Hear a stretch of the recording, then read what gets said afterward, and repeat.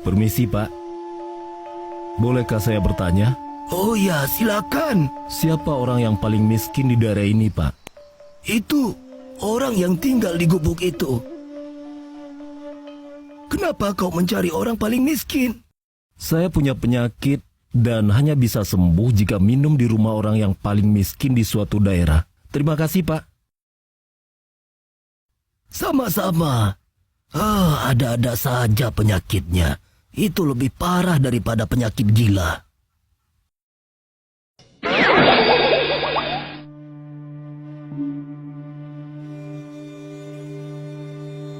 Assalamualaikum, Pak. Waalaikumsalam. Dari mana, nak? Habis mancing, Pak. Tapi ikan tidak dapat, malah pancing yang dilarikan ikan. Jika Bapak berkenan, saya ingin meminta segelas air. Boleh, boleh. Tentu saja.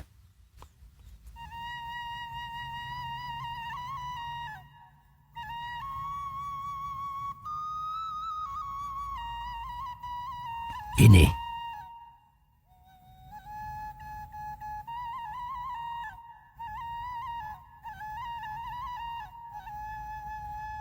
Sekalian kita makan dulu ya. Ah, tidak usah, Pak. Saya ingin langsung pulang saja. Bapak tinggal di sini sendirian. Iya, Apa pekerjaan Bapak sehari-hari? hanya kuli upahan, nak. Kalau hujan, apa atapnya tidak bocor? Bukan hanya bocor, tapi juga mencret seperti orang diare. Apa tidak ada bantuan, Pak? Bantuan dari siapa, nak? Aku merasa seperti bunian yang tidak terlihat oleh manusia biasa, hingga selalu lolos dari bantuan. Apa tidak ada perhatian dari pemerintah? Jangan kau tanya lagi itu. Sulit untuk menjawabnya. Mereka terlalu sibuk di atas hingga tidak sempat menengok ke bawah. Begini, Pak. Saya ini punya penyakit yang hanya bisa diobati dengan minum di rumah orang yang kekurangan harta. Dan Bapak sudah mengobati penyakit saya. Maka dari itu, ini ada sedikit bingkisan untuk Bapak sebagai biaya pengobatan saya. Masya Allah. Apa ini? Kau, ini uang emas. Dengan uang sebagian ini, sudah bisa membangun rumah dan buka usaha. Apa maksudmu semua ini? Bapak jangan kaget. Penyakit saya sudah sembuh dengan wasilah minum di rumah Bapak. Penyakit apa? Penyakit gelisah ketika melihat rakyat yang melarat. Kau siapa sebenarnya? Saya bukan siapa-siapa, Pak. Hanya saja orang yang berpunya sebaiknya jangan menunggu orang meminta bantuan baru dibantu. Bagi saya, memakan hak orang lain tidak hanya mencuri dan menipu, tapi larut dalam kedudukan tinggi dan kemewahan dan membiarkan orang menderita, itu namanya juga memakan hak orang lain.